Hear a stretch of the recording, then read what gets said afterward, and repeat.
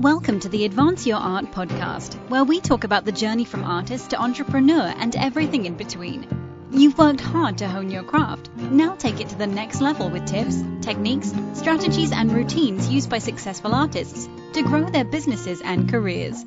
Now, let's get started and have some fun with your host, Yuri Cataldo.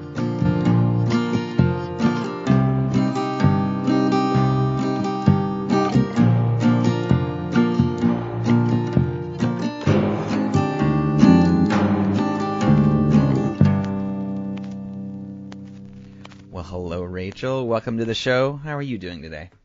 I'm doing great, Yuri. Thank you so much for having me. Of course. It's my pleasure. Thank you so much for joining me today on your very busy Saturday. I appreciate that. No problem.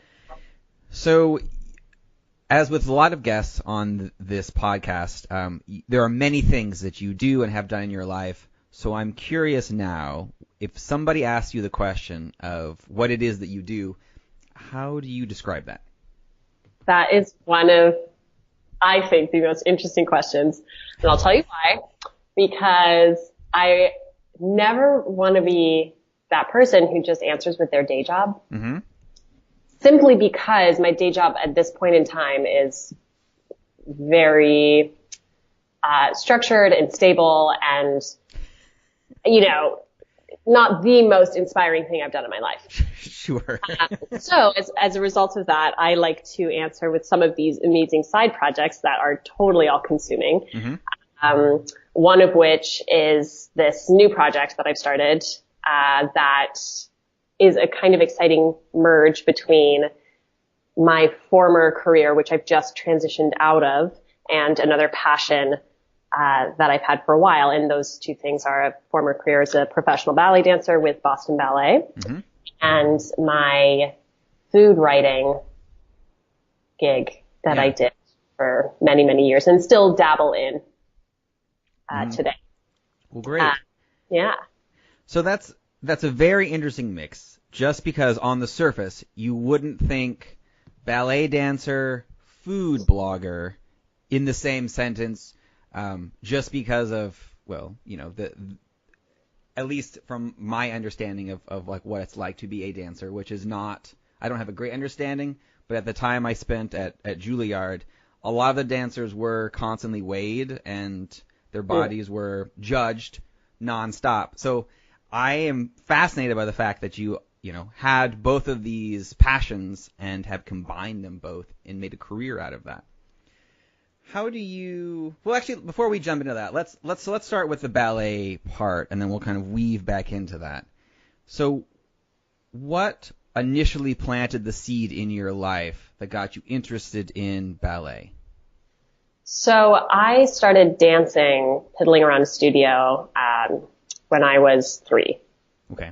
And it was my parents who put me in. I was born in the UK. We moved to Toronto when I was 3, and my mother and father put me into just dance classes. And I took dance classes in this tiny little studio in Toronto that was above a gas station, I think. So it was like the tiniest Dolly Dinkle little school. We would do dances to How Much Is That Doggy in the Window? And I had literally the best time. And around then, I think I also was put into gymnastics. Okay. And there was an interesting thing that happened there. There are 2 types of gymnastics. There's artistic gymnastics, which is with the flips mm-hmm. and the beam and the bars. And then there's rhythmic gymnastics, which is with the ribbon and the hoop and the ball. Mm-hmm. And it just so happened that the gym club my parents took me to had both of those types of gymnastics. And I was put in the most common artistic gymnastics, and they took one look at me. I'm very tall and long, and they were like, she's just not going to make it here. So you need to take her to the other side, in quotes. So already I'm causing issues and being sent to the other side. And the other side happened to be rhythmic gymnastics, which was where I stayed and actually ended up competing on the Canadian national team in that sport. And so I continued dancing as well and eventually moved into a more professional training school at the National Ballet of Canada. Mm-hmm. So I did both of those for all of my formative years. Oh, great. And so when was it that you went from Canada to Boston and started getting involved in the Boston Ballet? Right. So when I was 18 or 17 rather, I was finishing up high school. Mm-hmm. And again, up until that point, I'd really been doing both rhythmic and gymnastics, and ballet, kind of toggling between the two. And in that last year of high school, I decided to really give rhythmic gymnastics a go. The career span for a dancer is short, but the career span for a rhythmic gymnast is even shorter. And so I figured that it was the time to see how far I could take it. Mm-hmm. And so I spent that whole year focusing almost exclusively on rhythmic gymnastics and, did very well. The way things were happening in terms of the Olympics, my timing was a little off. The Canadian rhythmic gymnast at the time, Alexander Orlando, who went to the Olympics, was going to the Olympics that year and representing Canada. Mm-hmm. And so I would have had to stay on for an additional 4 years to be considered for a spot at the Olympics. And that timeline for me was not going to work. I was happy with what I'd accomplished, and I felt at the end of that year that it was time to now see if I could transition fully into ballet as a profession, which, full disclosure, I hadn't been ever one of those dancers growing up who was like, I'm going to be a prima ballerina one day. Like that just wasn't me. Yeah. It was just something I did. Mm-hmm. And depending on what stage I was in my life, I was either very good at it or very frustrating to my teachers because I was lazy and not realizing my full potential or whatever. So, so when I was about to turn 18, I auditioned in New York and Boston and a few other places that have good intermediary dance programs. And by that I mean that you can graduate from high school and not go straight into a professional company, mm-hmm. but have like full days of ballet training, which is what I needed because I was still such a rhythmic gymnast. Mm-hmm. It didn't really make sense to just jump right. I just didn't have that technique and strength yet. So I auditioned for a lot of these programs and I fell in love with the one in Boston, the one at Boston Ballet. And they offered me a place in their training program, which is the top level of their school and very integrated with their professional company. And I think it just ended up being me in the right place at the right time because they were looking for tall dancers. And with my rhythmic gymnastics background, I brought something very unique to the table, very flexible. I could do a lot of extreme things in the contemporary world, mm-hmm. Contemporary ballet. And that was a way that Boston Ballet was leaning at the time. So that's kind of when I transitioned into ballet. And that was in, I think, 2006 that I first came to Boston. And then I spent 2 years in the training program and then was offered a contract as an apprentice, mm-hmm. and spent 2 years as an apprentice and then was offered a full contract with the company and danced with them for an additional 6 years. Oh, wow. Okay. Yeah. And then while you were dancing with them, you also then started getting involved in the food scene in Boston. Yes. So how did that happen? Because again, I don't really hear a lot about professional dancers also getting real involved in the food scene. So how did you work that into it? Right. So this is also great. It's so funny how these things do start. So I love writing. Mm-hmm. Always loved writing. It's been a form of expression for me. And once I graduated high school, I was doing my university via distance education, but I didn't have any outlet for just creative writing. And I've been hearing about these blogs. Everyone seems to be doing a blog these days.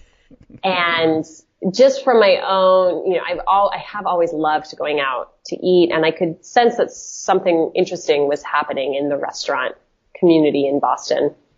And I actually started working at a restaurant in the South End. Okay. And the restaurant was called Pops, and it has since closed and has gone through many iterations. But it was this great restaurant, and I was the hostess and had the best time, and I really fell in love with the food, and I fell in love with the industry. And I thought it would be interesting because they had this amazing burger there. Mm-hmm. This amazing burger, and I loved it so much. And I thought, what if I had a burger blog. And I was like, because the other thing was that at this time I was an apprentice at the Boston Ballet, so I was not getting paid very much money. Okay.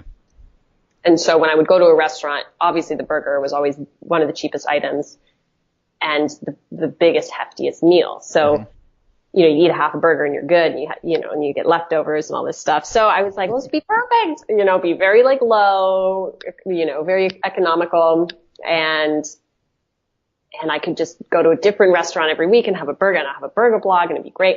And I go online and there is a burger blog, Boston. And so I was like, okay, so that's not going to work. But I was also thinking probably just as well, because my arteries would have completely clogged in a couple months. So instead, I kind of played around with that idea of being frugal and started a blog and started as the Frugal Foodista. Oh. And the whole point of this blog was to navigate the restaurant scene on a budget. Okay. And so that's how I started. And the interesting thing was that it just so happened to be at a time when bloggers and kind of PR in general was really starting to create relationships with local writers. And the food scene in Boston is quite small. So once you know a few people, you get introduced to others. And next thing you know, you're being invited to all of these press dinners and these amazing meals. And I was part of a few food blogging networks that also provided opportunities. So all of a sudden my Frugal Foodista website was full of all these lavish meals at some of the most expensive restaurants in the city. And a friend of mine was like, I don't know if you can really call yourself the Frugal Foodista anymore. He was like, it's very frugal for you. Yeah. Of course, I wasn't paying for any of these meals. But he's like, but anyone who's following you, will be broke within a week. So I was like, fair point. And the other thing it had been a year at this point, maybe, about a year that I'd been running Frugal Foodista. And the thing that stuck with people was that dance food connection. And so I figured it's probably a good idea if I transition this into anything, to transition it to focus on that. And so that's where Foodista on Point came from. And that was my label for the rest of most of my food writing career. And it was just great because kind of in what you mentioned earlier, it is this strange, almost contradictory energy between restaurants and food and and ballet. But, I've always felt the opposite. I think dancers spend their whole day working out and expending energy, and, most dancers really love food.